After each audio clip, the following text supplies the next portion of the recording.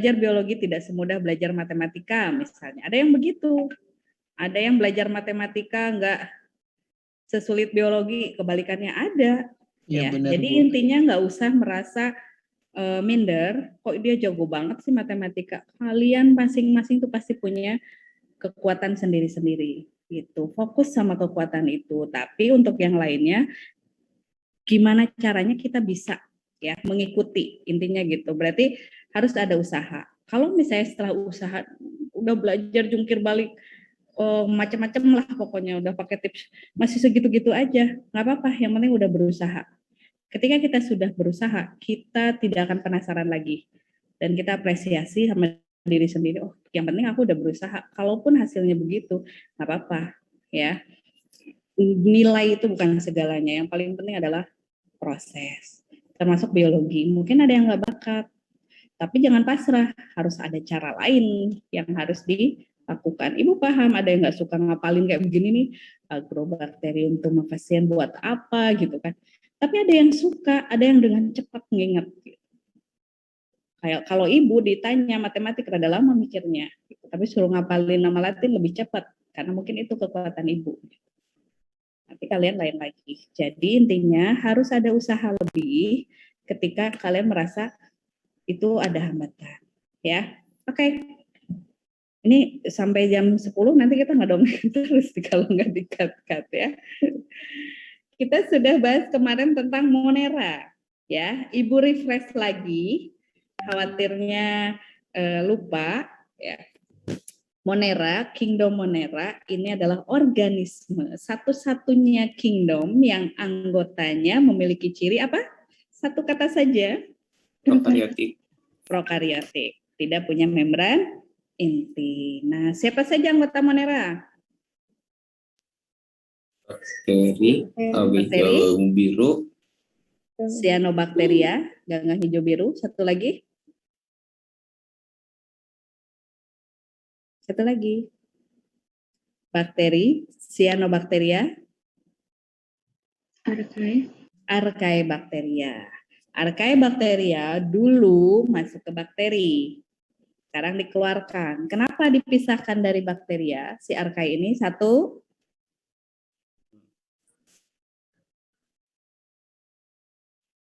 Hidup di dunia ekstrem.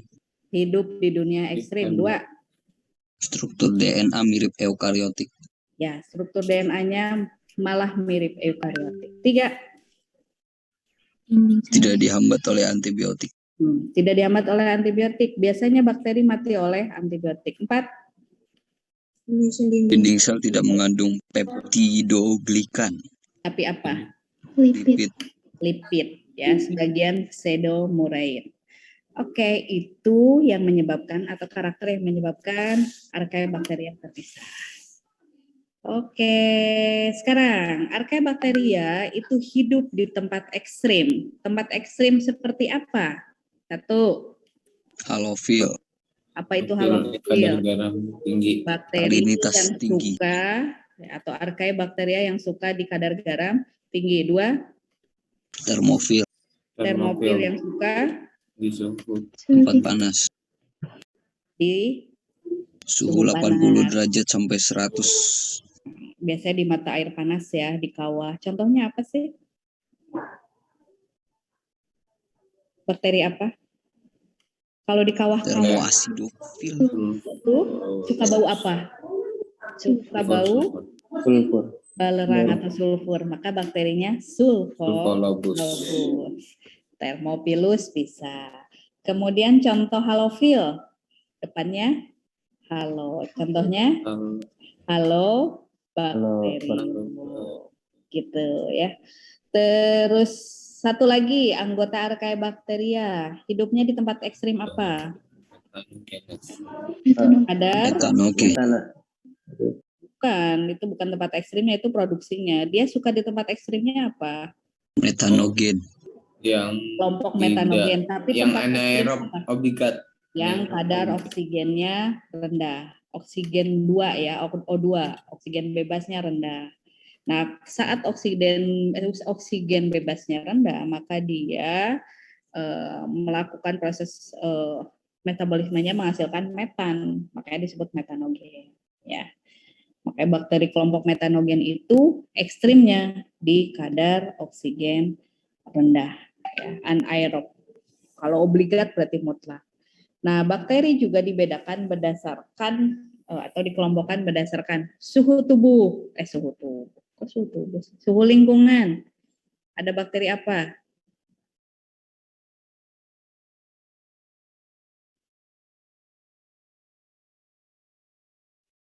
Bakteri apa?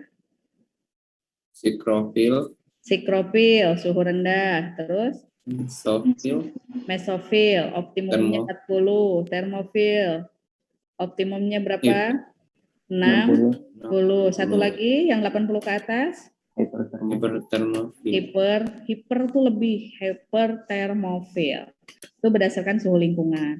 Berdasarkan cara memperoleh nutrisi, bakteri ada apa saja? Autotrof, heterotrof. Heterotrof dengan cara apa? Parasit. Parasit. Jadi kalau Predasi, parasit dia mengurai. mendapatkan organiknya dari tubuh inang. Dengan cara apa lagi? Predasi. Bakteri nggak ada yang predasi. Kalau hewan ada. Nggak ada ya? Jadi kalau predasi dia ngejar-ngejar nanti. Dengan cara Penguraian. ada dua aja, saprofit, satu Penguraian. lagi parasit dan saprofit. Kalau parasit dapat organik dari inang. Kalau saprofit dia menguraikan senyawa organik dari jasad-jasad, dari sisa organisme. Oke, selain yang heterotrof ada bakteri Autotrof, autotrof, ada kemoautotrof, ada Fotoautotrof. kalau kemo dia Kimia. mendapatkan senyawa organik dari anorganik dengan bantuan reaksi kimia. Kalau fotoautotrof berarti bakteri ini bisa melakukan apa kalau bakteri fotoautotrof? Dengan bantuan sinar matahari. Nah, berarti bisa melakukan proses apa? Fotosintesis. Fotosintesis gitu kayak. Oke, itu pengelompokannya. Ada juga pengelompokan berdasarkan aerob, anaerob. Kalau anaerob dia tidak butuh oksigen, bebas. Obligat tuh mutlak. Kalau yang fakultatif aman, dia dalam kondisi anaerob aman, aerob aman. Ya, oke, nanti dibaca lagi. Sekarang cyanobacteria supaya nyambung. Cyanobacteria adalah alga yang berbeda dari alga lainnya karena prokariot tadi. Apa ciri khas dari cyanobacteria? Ada di perairan. Hidup di perairan. Kenapa terpeleset? Menghasilkan gelatin. Oke, tubuhnya terbungkus atas gelatin. Apalagi?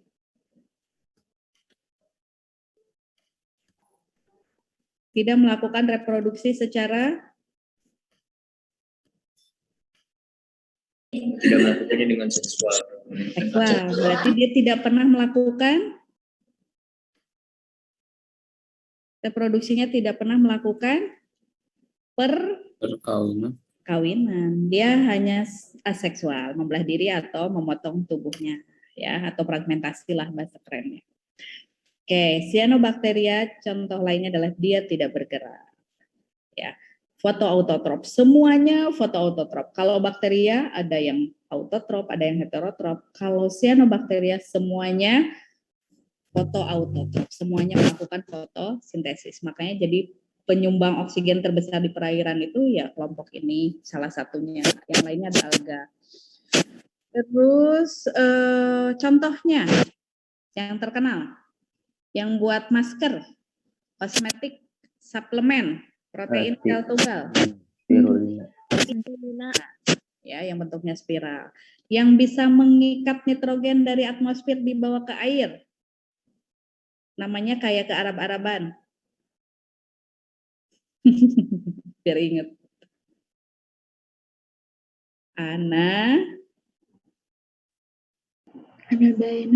Anabaina. Ya, anabaina itu kan ke Arab-Araban. Ana antum. Anabaina. Itu yang bisa fiksasi nitrogen, ya. Oke, nah sekarang kita masuk ke materi berikutnya. Ini kan udah ya. Protista, Kingdom Protista. Ini sebaiknya semua menyiapkan oret-oretan, alat tulis. Kita langsung coba buat dalam bentuk mind map untuk memudahkan. Ya, karena ini lumayan banyak anggotanya, lebih banyak dari Monera. Kenapa lebih banyak? Karena dia menampung dari berbagai kerajaan. Ada yang ditampung awalnya dari kerajaan Plantae, ada yang dari Animalia, satu lagi ada yang dari Kingdom Fungi. Banyak banget anggotanya. Nah, tapi semuanya dimasukkan ke dalam Kingdom Protista. Kenapa begitu? Apa dasarnya atau karakteristik apa yang membuat mereka masuk ke kerajaan ini, ke Kingdom Protista? Masih ingat?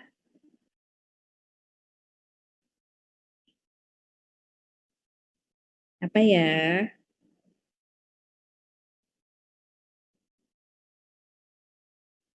Oke. Kalau dilihat organismenya, kenapa? Struktur yang dari tanaman itu karena strukturnya masih halus. Oke, apa itu talus? Belum bisa dibedakan mana akar, batang, sama daun ya. Jadi protista mirip tumbuhan ini adalah alga isinya. Dulu alga masuk ke plantae karena berklorofil, karena berdinding sel ya kan? Berfotosintesis, masuklah dia ke plantae. Tapi ternyata di plantae dilihat strukturnya kok beda. Ini bagian apa sih? Ini bagian apa? Nggak jelas strukturnya. Atau dengan kata lain belum berdiferensiasi. Itu kata kuncinya. Strukturnya belum berdiferensiasi. Apa sih berbeda diferensiasi? Belum bisa kita bedakan mana akar batang daun. Karena ini kan di plantae. Kalau di plantae kan struktur patokannya organnya kan batang akar daun. Nah ini nggak kelihatan, kayak rumput laut lah, ujung sampai ujung sama. Maka dia dipisahkan. Kemudian ada protista mirip hewan. Dulu ya, ini masuknya ke animalia. Siapa dia? Protozoa. Masuklah dia ke animalia. Kenapa? Karena dia bergerak motil, bergerak aktif, tidak berdinding sel, ya kan? Tidak berklorofil, ya pasti masuk animalia. Ternyata pas dilihat dengan ciri animalia yang lain, oh ini beda. Bedanya apa? Kalau protozoa dibanding hewan lain? Uniseluler. Unisel. Kalau hewan lain itu kumpulan sel multiseluler. Dia unisel, satu-satunya filum yang unisel. Ya udah, karena kamu beda, masuklah ke Kingdom Protista. Alasannya karena dia unisel. Kemudian yang protista mirip jamur, dulu masuk Kingdom Fungi beserta jamur yang lainnya. Ya. Ternyata dilihat cirinya, ini ada, nanti kita bahas di belakang, ya. Masuk. Jadi ini berisi organisme yang secara struktur bisa kita katakan sederhana. Ya, sederhana di sini tadi ada yang unisel, ada yang multisel, tapi belum berdiferensiasi. Oke, kita lanjut. Nah, jadi ini semuanya eukariot ya. Karena kan yang prokariot tadi udah Monera. Organisme sederhana, baik itu unisel atau multiseluler sederhana. Kumpulan sel tapi belum bisa dibedakan sel-selnya. Kan harusnya itu sel membentuk jaringan dan berdiferensiasi. Nanti bentuknya jadi apa gitu. Dia enggak. Jadi masih kita katakan sederhana. Autotrof dan heterotrof. Bukan berarti satu organisme autotrof dan heterotrof ya.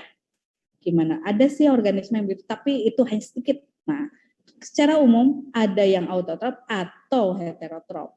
Protista mirip hewan, autotrof atau heterotrof? Heterotrof. Kan dulu masuk hewan, ya. Hewan kan tidak bisa mengubah anorganik jadi organik, maka heterotrof sama. Kemudian siapa yang autotrof? Yang mirip protista mirip tumbuhan. Mirip tumbuhan. Kalau fungi? Heterotrof. Jadi yang autotrof hanya alga saja atau mirip tumbuhan. Berdinding sel dan tidak berdinding sel. Ini juga sama. Ya, siapa yang tidak berdinding sel? Protista mirip hewan. Dia bisa mirip hewan. Reproduksinya seksual dan seksual, habitatnya di air. Alga, ya, sebagian besar di air ya. Di saat lingkungan tidak baik akan membentuk kista. Sebagian besar, kenapa Ibu bilang sebagian besar? Karena ada nanti protista mirip fungi yang tidak di air. Saat lingkungan tidak baik akan membentuk kista. Kista itu kayak dia berdinding tebal, ketika cekaman lingkungannya nggak aman, ya maksudnya panas banget, ada pH, ada obat atau yang lainnya, dia akan membentuk dinding itu. Kemudian dia diam. Nanti ketika lingkungannya udah enak lagi, dia akan berkecambah dan dia keluar lagi. Gitu. Jadi itu untuk perlindungan diri. Nah ini anggotanya. Jadi silakan bentuknya kayak nanti kalian buatnya begini ya. Misalnya protista mirip hewan siapa aja boleh kasih tanda panah gitu. Silakan sambil sekarang Ibu jelaskan kalian kasih ciri khasnya. Nah, Ibu kasih gambaran dulu. Sorry, aduh agak gatel nih.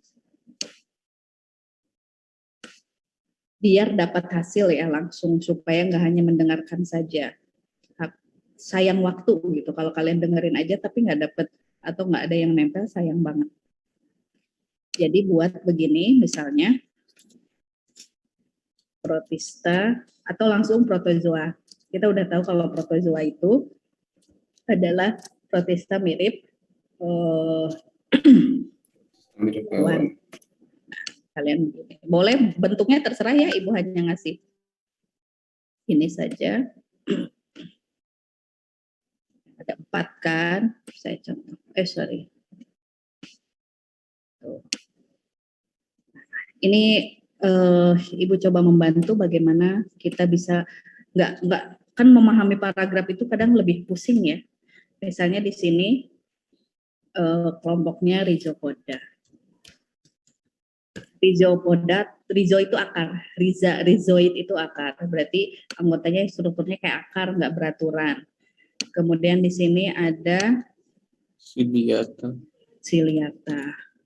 yang bergerak menggunakan bulu. kemudian ada apa lagi? Flagellata. Ada apa lagi? Ada sporozoa. Oke, sporozoa. Oke.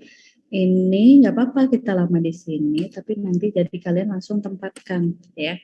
Sporozoa. Ada nama lainnya sebenarnya masing-masing ya. Apa kita pakai nama yang lebih familiar saja. Rhizopoda misalnya nama lainnya Sarcodina. Nah, nanti di masing-masing ini kalian tandain atau tulis ciri khas. Tadi kan protozoa apa sih ciri khasnya? Apa? Kenapa dia dipisahkan tadi? Mirip akar. Uniseluler. Itu ciri khas protozoa. Nanti kita lihat ada ciri khasnya lagi, tuliskan di bawahnya. Rhizopoda, nanti ciri khasnya apa? Misalnya kaki semu. Ya, karena yang jadi dasar pembedanya adalah kakinya atau alat geraknya. Boleh tandain. Ini contoh saja. Nanti contohnya apa?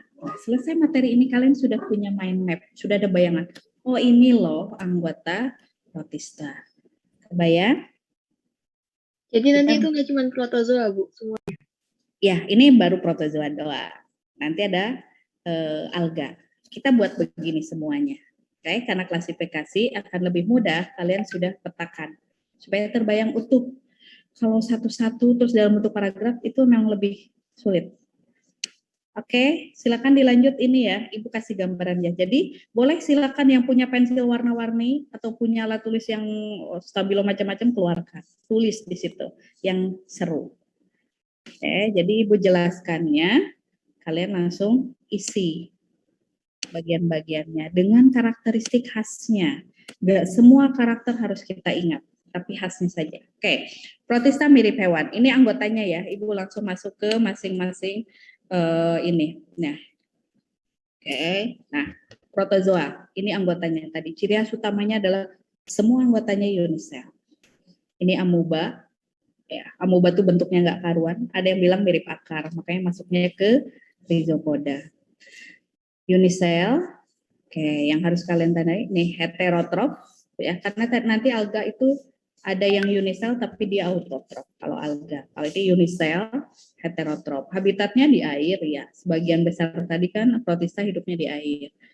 Oke, kemudian aseksual dengan biner, membelah diri. Nah, ini yang nggak usah perkembangbiakan seksualnya dengan cara perkawinan saja. Oke, struktur kita nggak dalemin. Pokoknya intinya uniseluler heterotrop, membelah diri reproduksinya. Nah, protozoa ini dikelompokkannya ini dasarnya ada tidaknya alat gerak.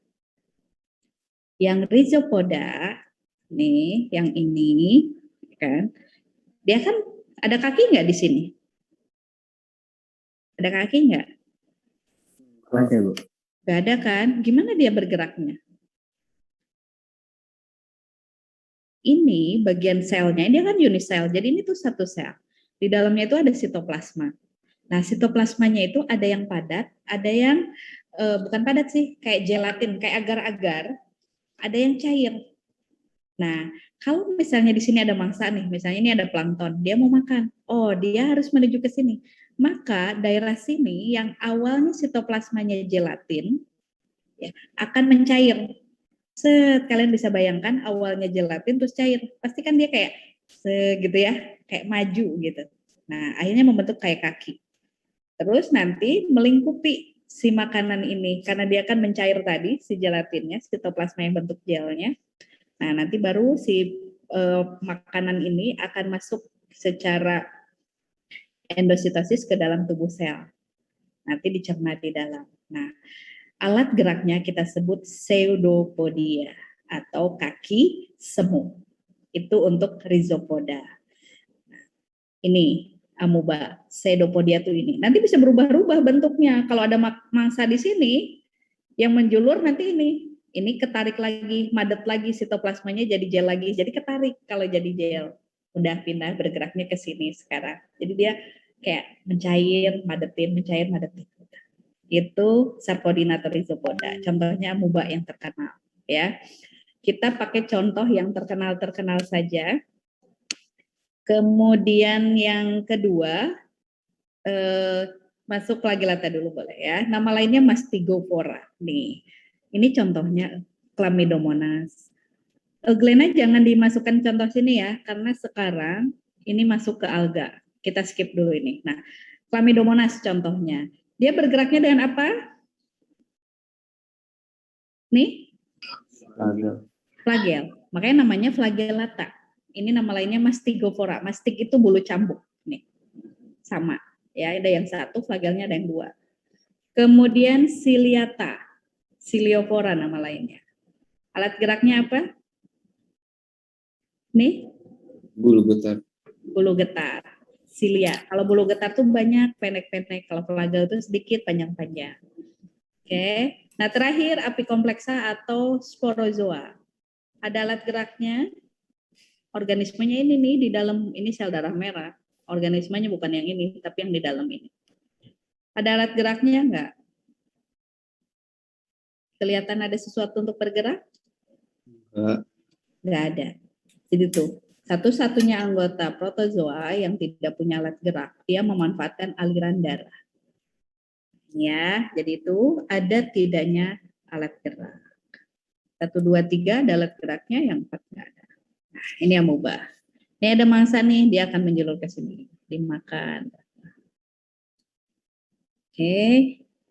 Nah, contoh lainnya rhizopoda yang terkenal, Foraminifera. Ya, ini unisel hidupnya di laut dan biasanya bisa jadi indikator adanya minyak bumi. Kok bisa begitu? Kalau Foraminifera ini ngumpul, bayangkan unisel dan dia bikin miliaran ya jumlahnya. Kemudian nanti dia akan mati. Ya, udah umurnya mati misalnya. Nanti dia akan ngendap. Nah, cangkangnya kebetulan Foraminifera ini rhizopoda yang bercangkang. Cangkangnya ini kan akan jadi sedimen, endapan. Ternyata mengandung zat kapur dan silika. Namanya tanah Globigerina.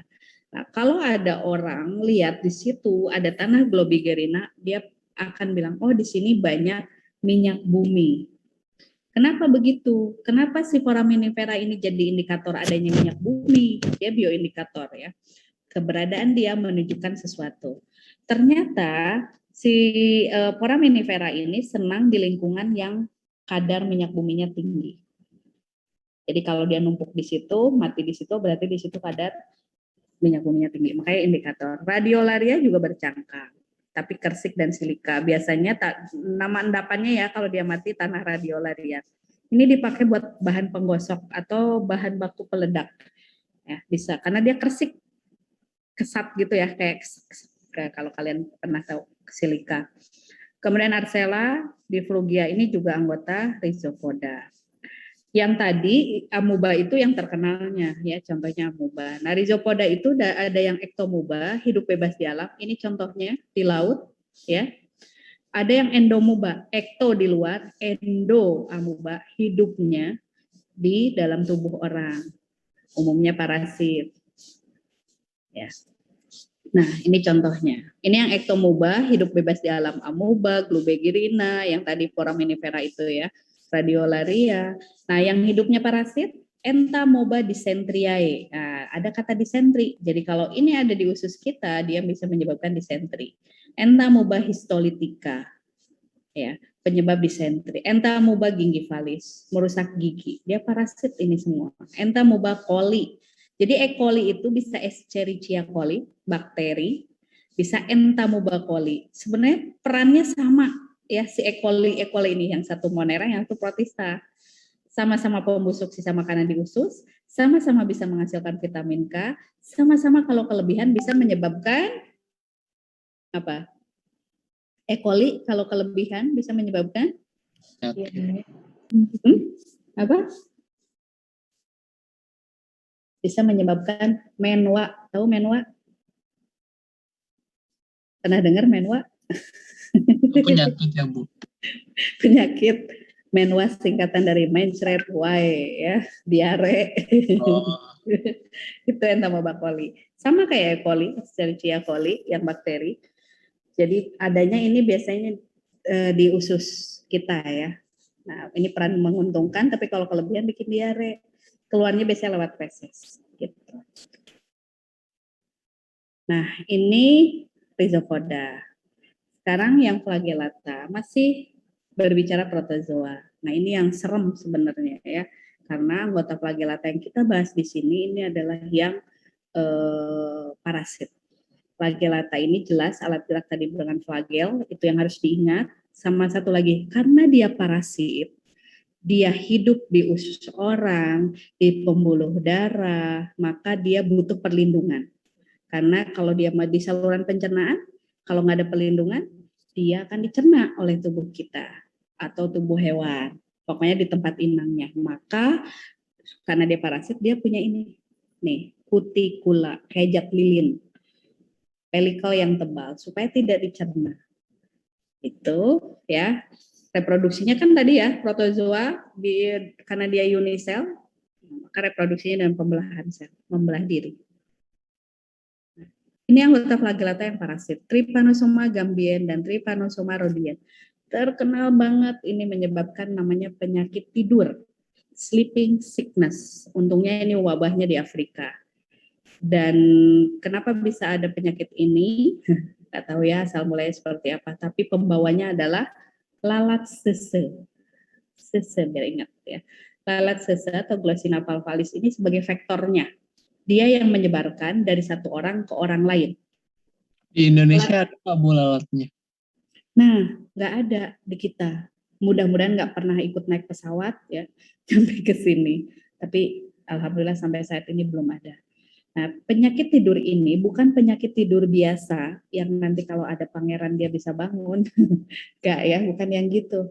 Jadi awalnya dia lemah, letih, lesu, lunglai. L pangkat sekian, lemes, metabolismenya melambat. Ya, kemudian lama-lama dia tertidur. Lama-lama tidur terus, nggak bangun lagi. Itu sleeping. Mati ya Bu? Ya, karena nggak ada pangeran.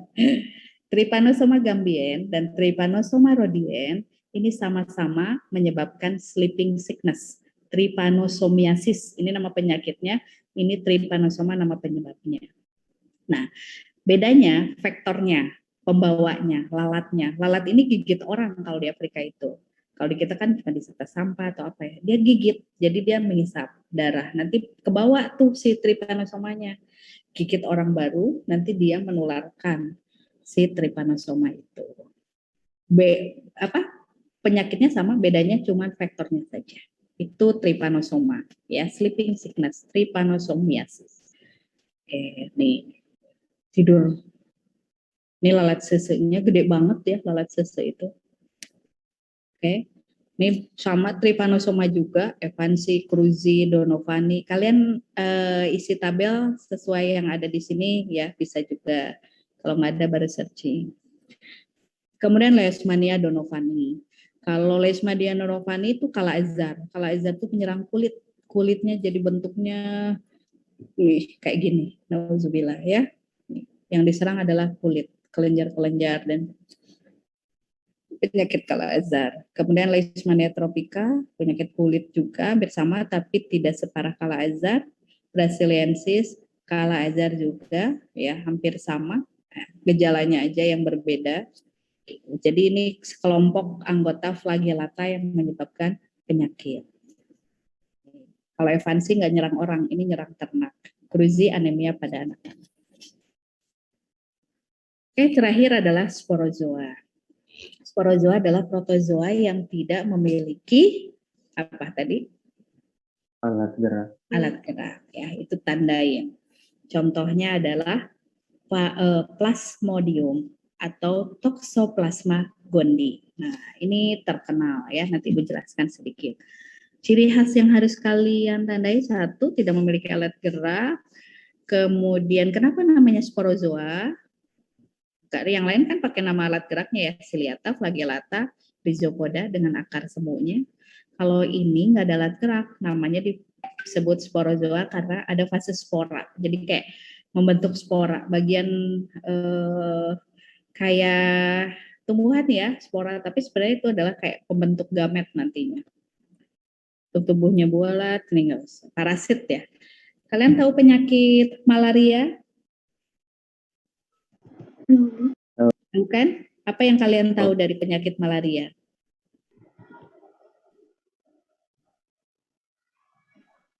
Apa yang kalian tahu? Mariam, nggak tahu. Kenapa? Beda. Malaria sama demam berdarah sama nggak, Bu? Beda. Kalau Beda. demam berdarah virus. Nyamuknya beda gitu. Kalau demam berdarah itu sebenarnya virus, bukan disebabkan oleh nyamuk. Sporozoa juga terkenal kan, malaria itu disebabkan oleh nyamuk. Bukan, nyamuk itu faktornya. Penyebabnya adalah Plasmodium. Malaria biasanya gejalanya kayak gimana? Kalau kalian tahu. Pernah dengar nggak? Kayak demam gitu bukan sih? Kayak apa? Bukan? Demam gitu. Nah, benar, demam. Ya, demam tinggi. Sampai menggigil.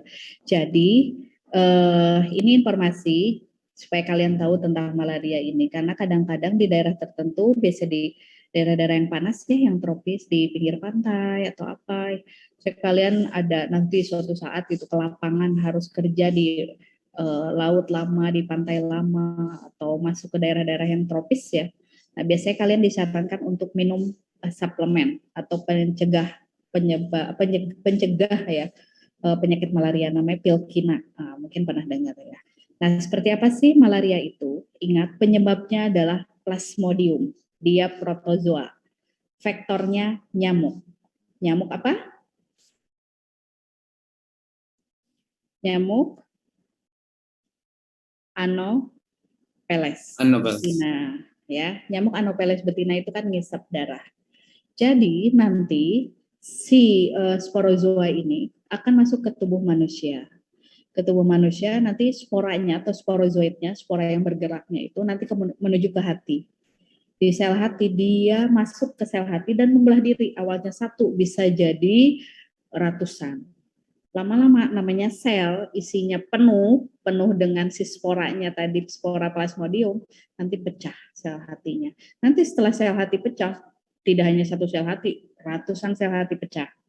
Kemudian dia masuk ke pembuluh darah lagi. Nyerang apa? Eritrosit. Masuk dia ke eritrosit.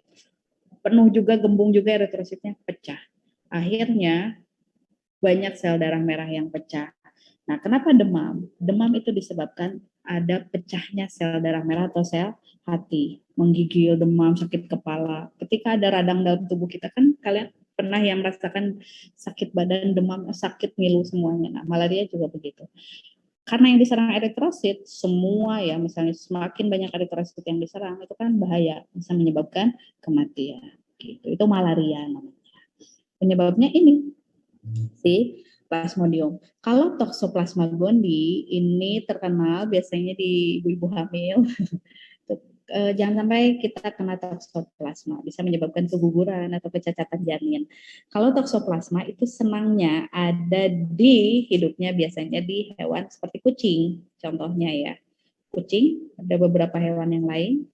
Nah, dia biasanya keluar dari kotoran kucing, membentuk kista tadi, fase dorman. Nanti ke bawah angin, ke bawah apa, nggak steril makanannya, masuk ke tubuh manusia, nanti dia akan menyerang janin. Nah, itu sporozoa. Ya. Oke, jadi contohnya dua ya, Plasmodium dan sporozoa, malaria sama penyakit toxoplasmosis namanya. Toxoplasma lah terkenal di dunia kesehatan. Terakhir anggota protozoa adalah ciliata. Jelas dia bergerak dengan silia. Ini silia tuh rambut kita. Hewan sandal namanya. Dan ini gede ya, kita bisa lihat ini.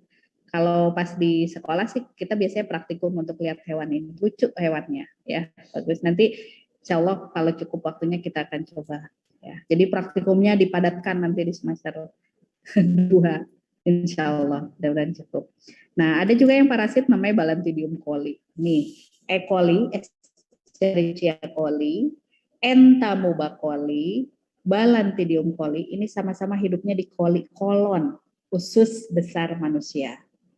Dan kalau kebanyakan, ini bisa menyebabkan diare sama. Penyebabnya beda-beda. Escherichia coli tadi Monera, bakteri. Entamoeba coli tadi apa? Entamoeba coli? Rhizopoda. Rhizopoda. Kalau Balantidium coli? Ciliata. Ya. Nah, ini penyebab diare. Bahkan kalau Balantidium coli itu bisa membentuk kista. Jadi misalnya ini kalian minum obat diare, nggak tuntas nih minum obatnya hanya sebentar. Nanti ketika diberi obat itu dia bikin kista. Nah, kalau obatnya tuntas, kistanya bisa hancur. Tapi ini nggak tuntas. Nanti dia bikin kista, beredar di pembuluh darah, masuk ke hati, dia nangkring di hati. Suatu saat dia akan menyerang lagi. Gitu. Nama penyakitnya balantidiosis. Gejalanya diare akut kalau Balantidium coli. Selesai, ada pertanyaan? Itu ngebut banget ya. Ada pertanyaan nggak? Bapak, nanti pertanyaannya itu apa? Ciri khas, contoh, dan peranannya apa? Karena ini klasifikasi.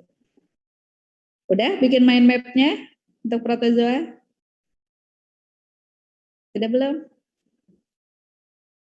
Halo? Are you there? Cepetan, Bu. Kecepatan ya? Oke, gak apa-apa. Saya nanti ngerekam aja, Bu. boleh. Gitu. Nanti kalian lengkapin lagi sambil belajar. Oh iya, tambahin ini, gak apa-apa ya. Intinya minimal kalau sambil menulis satu nggak ngantuk, ya kan. Kedua ada yang bekerja juga, mudah-mudahan memorinya jadi kuat. Pasti kalian punya cara sendiri nulisnya, ya. Kreatif masing-masing. Intinya untuk membantu mengingat saja. Oke, tarik napas. Oke, mau dikasih apa? Kita masuk ke protista mirip tumbuhan. Nah, ini contohnya. Mana yang kalian familiar atau pernah kalian konsumsi?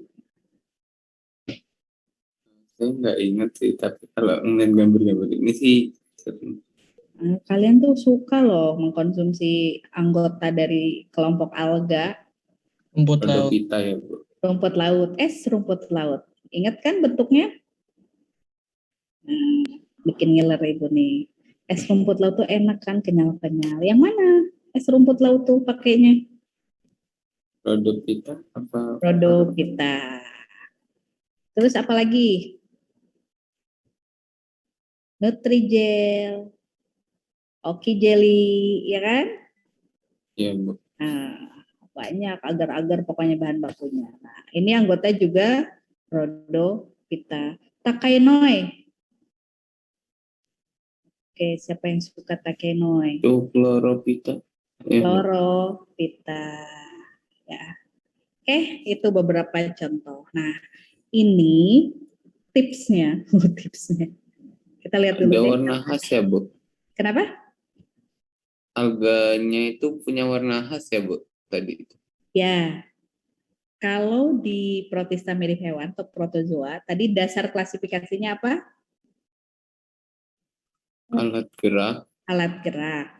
Pembedanya itu alat gerak yang khas, walaupun yang lainnya ada kan perbedaan lain, tapi dibedakan berdasarkan alat gerak. Kalau protista mirip tumbuhan atau alga, dibedakan berdasarkan pigmen dominan. Pigmen dominan yang dimiliki sehingga membuat tubuhnya berwarna tertentu. Ada alga merah, alga hijau, alga coklat, alga apa lagi? Alga kemasan. Alga keemasan ya. Nah, kita akan lihat nih. Banyak banget. Alga itu bukan nama takson, itu nama pengelompokan saja. Kan kingdomnya Plantae.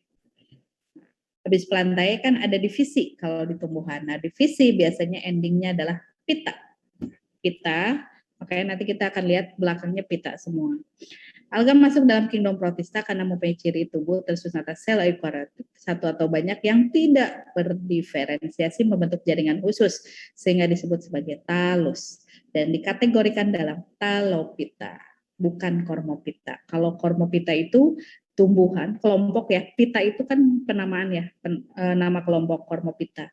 Itu yang sudah bisa dibedakan akar batang daun. Kalau talopita belum bisa dibedakan. Nah, anggota talopita ya alga ini. Berdasarkan pigmen dan bahan cadangan makanan, ada 7 divisi, ada 6 divisi. Mau yang berapa? 6 apa 7? Pasti mintanya yang sedikit. Atau mau dikasih yang 8, Ibu punya yang 8 sama yang 13.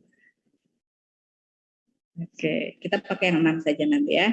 Eukariot jelas, autotrof. Ingat, alga adalah fotoautotrof, bisa melakukan proses fotosintesis. Pasti punya klorofil, namanya bisa fotosintesis. Untuk apa klorofil? Untuk mengikat, apa yang diikat? Kenapa sih tumbuhan harus ada klorofil? Yang Untuk bisa mengikat. fotosintesis. Kenapa bisa fotosintesis? Untuk mengikat cahaya matahari.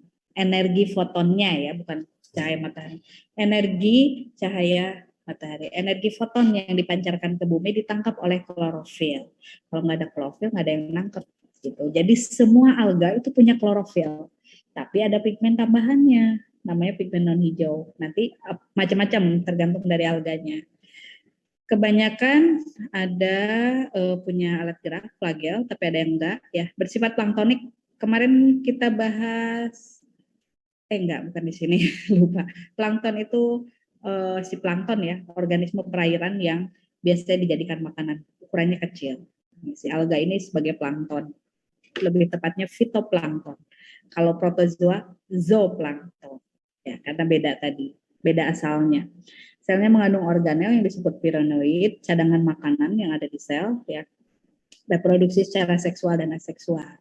Di perairan berperan sebagai produsen. Oke, Ibu langsung saja ke 6.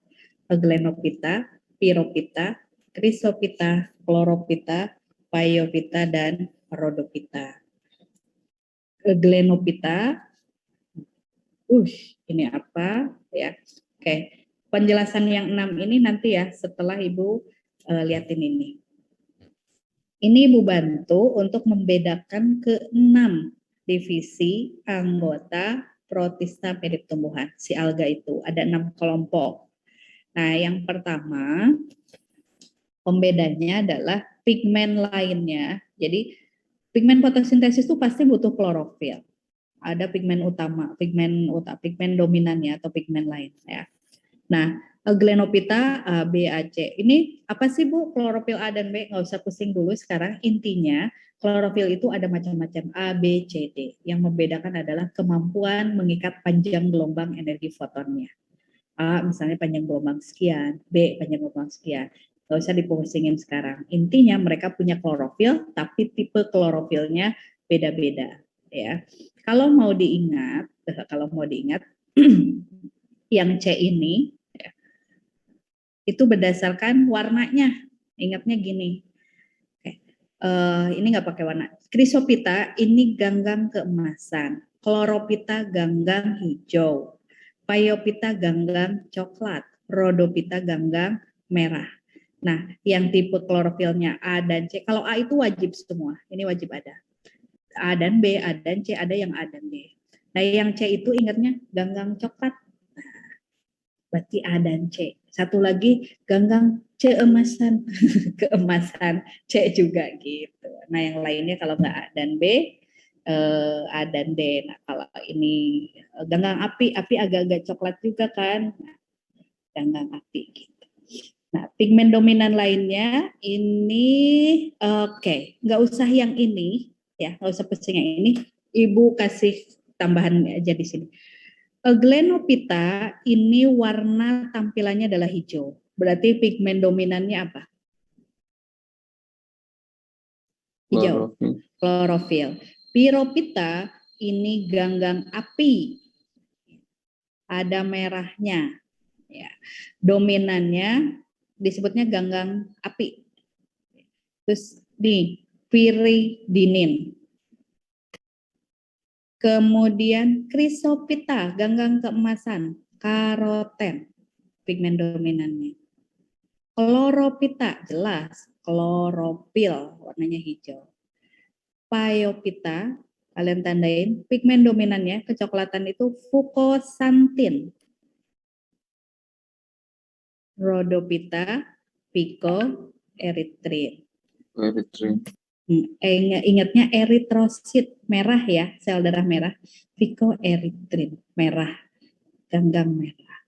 Ini cadangan makanan yang disimpan dalam tubuhnya. Makanya kenapa sih kita bisa mengkonsumsi agar-agar itu ada sesuatu yang jeli-jelinya. Ternyata di selnya itu ada namanya tepung floridean. Ini cadangan makanan, pati kebanyakan ya, atau amilum. Kemudian dinding selnya, semua punya dinding sel, intinya itu, tapi ada yang tidak berdinding sel, yaitu Glenophyta. Dulu Glenophyta itu Glena masuk ke protozoa, tapi dikeluarkan karena punya klorofil. Oke, ini unisel. Ini, yang dua ini, awal, semuanya unisel. Yang dua akhir, semuanya multisel, gede-gede, ganggang yang besar-besar, dia nggak punya ganggang kecilnya. Kalau yang tengah, ada yang besar, ada yang kecil. Ibu urut. Nah, yang pertama adalah Glenophyta, unisel, kan semuanya unisel, pokoknya hijau. Dulu ini masuk ke protozoa, ya, karena berflagel. Dan ternyata dia kadang-kadang heterotrof. Kalau ada cahaya matahari, dia autotrof. Kalau nggak ada, dia heterotrof, dia makan yang plankton. Dia nggak melakukan fotosintesis. Tapi giliran ada cahaya, ya dia fotosintesis. Makanya ini unik kelompok Glena itu.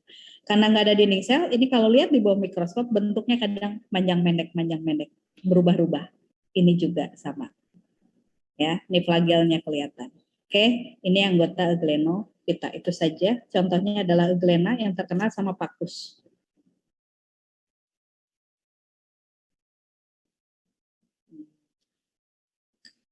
Kemudian ganggang api, Pyrophyta. Khasnya dia punya kemampuan glowing in the dark, mampu berpendar di lautan. Ini temannya pelaut, nelayan. Karena kalau dia blooming di atas permukaan air, itu bikin laut jadi merah. Jadi kayak ada penerangan. Gitu. Karena dia mampu tadi glowing in the dark. Bersifat blooming pada musim tertentu, banyak ya. Jadi ini nggak usah. Contohnya adalah Gymnodinium noctiluca miliaris, ya. Dia bisa berpendar. Ini contohnya nih. Ini bukan lautnya kebakaran.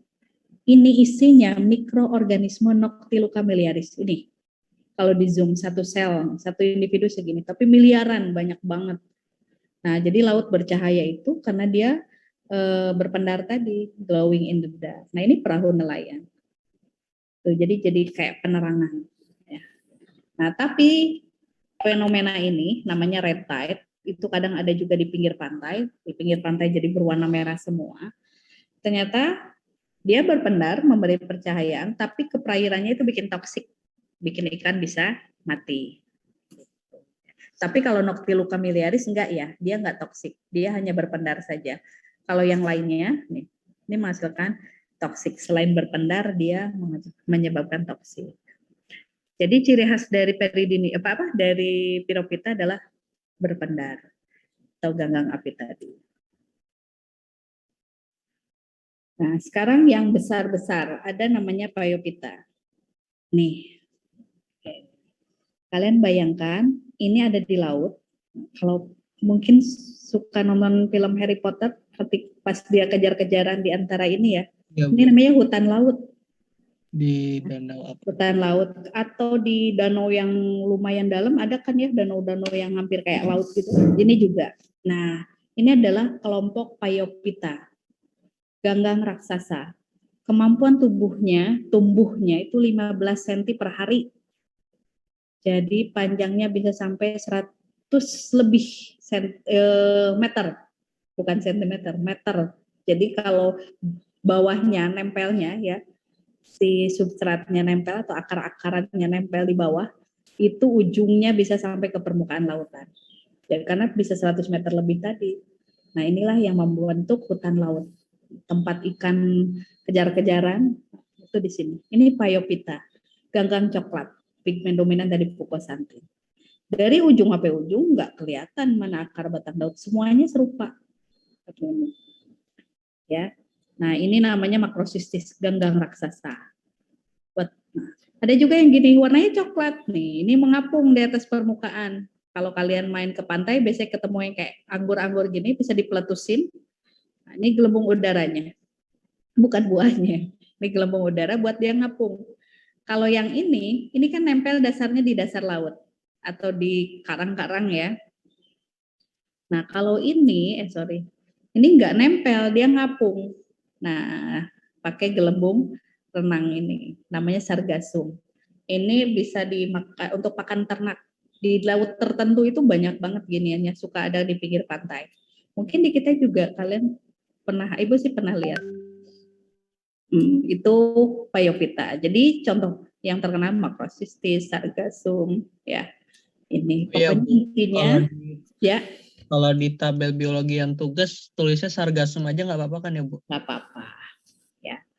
Sekarang nggak usah, maksudnya belakangnya nggak usah dipusing. Pokoknya terkenal sargassum anggota Paiopita itu. Intinya kalau ke laut itu di laut kalian lihat terdampar berwarna coklat itu kelompok Paiopita. Semuanya makrosistis, ukurannya gede-gede, ya nggak ada yang unisel. Itu Paiopita, ingat tadi contohnya ya. Kemudian Rhodopita. Nah ini yang sering kita konsumsi sebagai makanan. Nah es rumput laut. Echema, ya, Echema spinosum bisa. Nah aslinya Rhodopita, berarti pigmen dominannya apa tadi?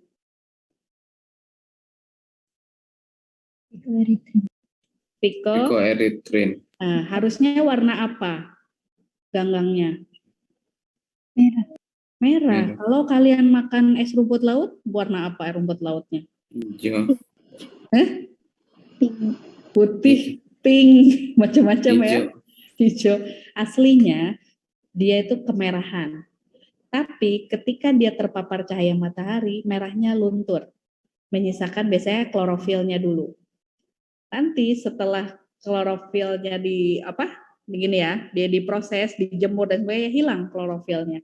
Warnanya gini, tapi kan nggak cakep, nggak menarik, nggak bikin kita ngiler kalau jadi es. Akhirnya biasanya diwarnain lagi. Itu tapi kalau pakai pewarna makanan sih masih aman ya. Kalau jangan pakai pewarna yang lain. Nah, ini orang lagi ngejemur. Ini kan masih merah ya, lama-lama luntur si picoerythrinnya. Kenyal-kenyal kan? Nah, nanti setelah ini ada yang dibuat serbuk ya, jadi agar-agar, serbuk agar-agar, ada yang dijual kering tinggal direbus, ada yang dijual masih basah untuk es. rumput laut. Ini Rhodophyta, Red Vico erythri. Tidak semua bisa dikonsumsi anggota Rhodophyta, ada juga yang untuk penyamak, mengeletekin kulit hewan ya. Biasanya penyamak itu kan pakai amonia. Nah, untuk alaminya biasanya pakai bahan baku dari kelompok Rhodophyta namanya Gigartina kalau nggak salah. Tapi yang terkenal sih agar-agar ya. Nah, Chrysophyta, nah ini kecil-kecil, ini unicell ya. Ini ya, bisa dilihatnya di bawah mikroskop, tapi ini digedein kalau di sini. Nih, kita kadang-kadang lihat ini. Nggak kebayang sih kalau ini ya, nggak apa-apa lihat gambarnya dulu. Ini ukurannya 5 mikrometer, kecil. Ini kalau numpuk biasa dipakai untuk bahan baku peledak, ya, karena mengandung silika.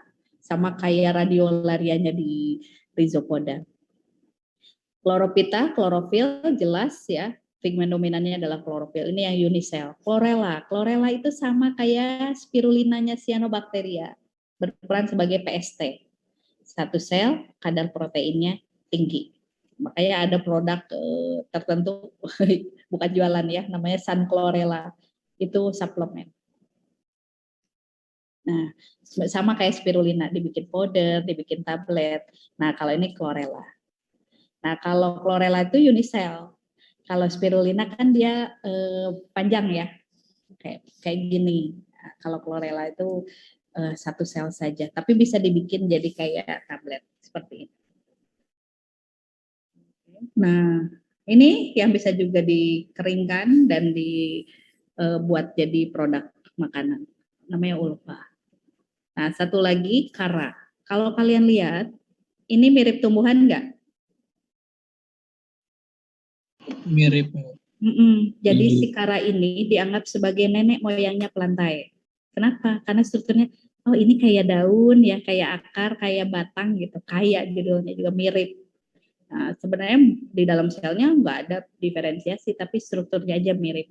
Nah, dianggaplah ini sebagai nenek moyang tumbuhan, namanya kara. Tapi beneran nenek moyangnya, Bu. Kalau secara evolusi itu begitu, awalnya makhluk hidupnya itu ini. Kemudian alga kan di air.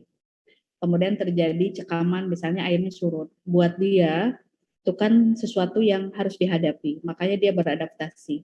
Nanti muncullah akar. Kalau evolusi itu perubahan bentuk kan, prosesnya lama. Nah, muncullah Ini masih ada ya, Bu?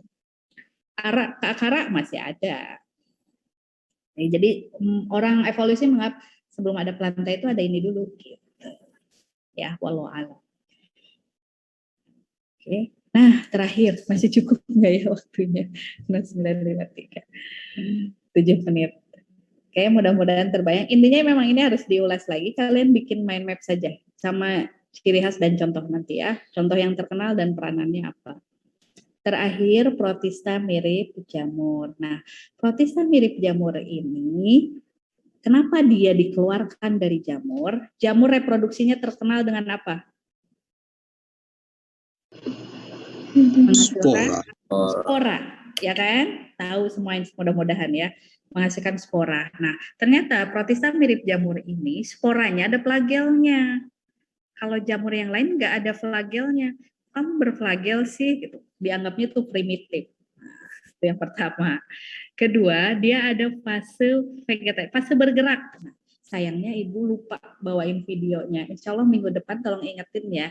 Ibu akan kasih kalian tontonan bagaimana si jamur ini bergerak. Nih, dia ada fase kayak hewan bergerak. Si protista mirip jamur. Biasanya kita temukan ini di daerah yang lembab atau di tanaman-tanaman yang tumbang, yang sudah tumbeng ya, tumbang. Nah, Iya, biasanya dia bikin kayak gini. Nah, ini kalau dibiakin di media agar-agar tumbuh funginya tuh seperti ini. Nah, kenapa dipisahkan? Satu tadi sporanya berflagel, kita sebut zoospora, kayak hewan berflagel, makanya disebut zoospora atau spora kembara karena suka kemana-mana.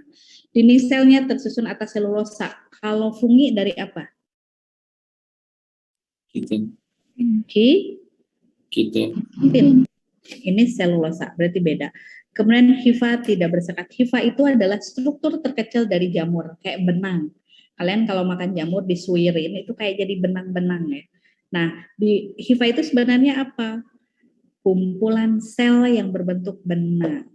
Nah, jamur itu adalah struktur terkecil adalah hifa. Hifa adalah kumpulan sel. Namanya kumpulan sel berarti ada 1 sel, 2 sel, 3 sel ngumpul panjang berbentuk benang. Harusnya antara satu sel dengan sel lain itu ada sekatnya, namanya juga beda sel. Tapi kalau pada protista mirip jamur, hifa, ya, hifanya itu nggak ada sekat. Jadi seolah-olah kayak satu sel, tapi intinya banyak gitu. Nggak habis waktunya ya. Soalnya nanti kalau belum terbayang kita akan bahas di fungi. Protista mirip jamur, ada jamur lendir yang bisa bergerak tadi, maju beneran maju kayak amuba. Kemudian ada jamur air. Nah, ini lendir namanya ya, jamur lendir. Ini tuh bergerak nanti. Nah, harus lihatnya di video. Kemudian contoh jamur air ini, nah, kalau kalian lihat buah jadi warna ini, kemudian di jeruk biasanya ya, di anggur di jeruk suka ada putih-putihnya, itu anggota protista mirip jamur. Oke, selesai. Tarik nafas. Banyak banget. Oke, jangan stres. Kita bisa upayakan nanti. Cakep banget ini backgroundnya. Kreatif yang bikin. Ya Allah, itu komponen ngeblend juga. Ya, intinya harus mau buat ini ya. Gak boleh ada yang males. Coba Ibu mau lihat sebentar. Coba di on kan sambil kita foto. Ibu lupa belum ambil foto. Yuk.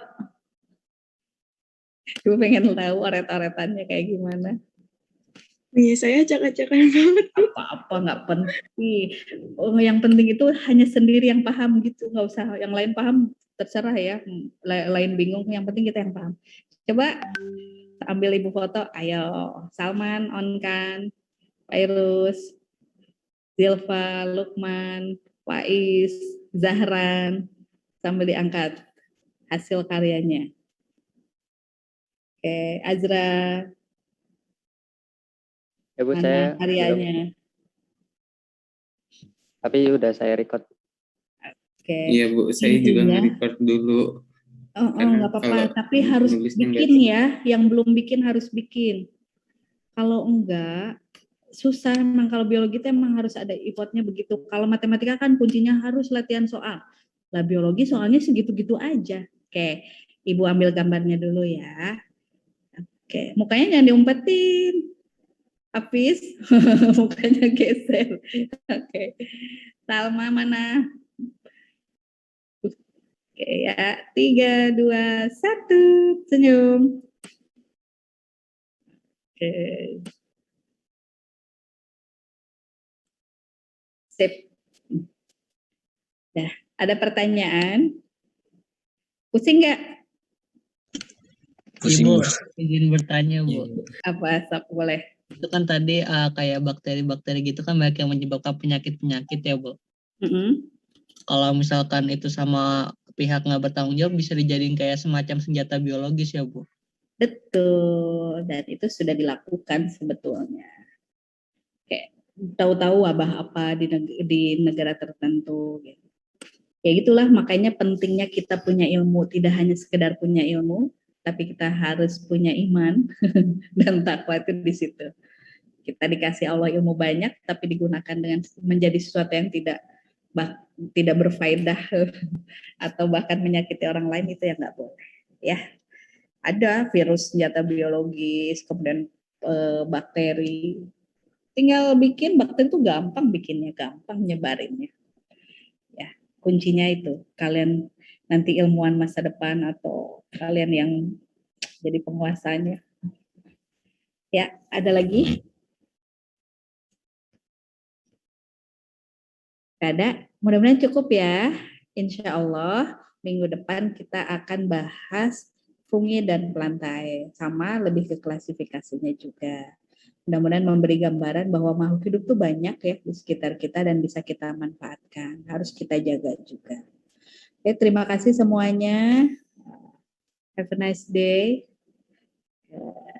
Jangan lupa tugasnya dikumpulkan. Ibu sudah buka paling lambat nanti malam jam 9. Yang tugas tabel minggu lalu. Baik, Ya. Bu. Oke, silakan udah boleh. Terima kasih semuanya. Bu akhiri. Assalamualaikum warahmatullahi wabarakatuh. Waalaikumsalam warahmatullahi wabarakatuh. 3, 2, 1.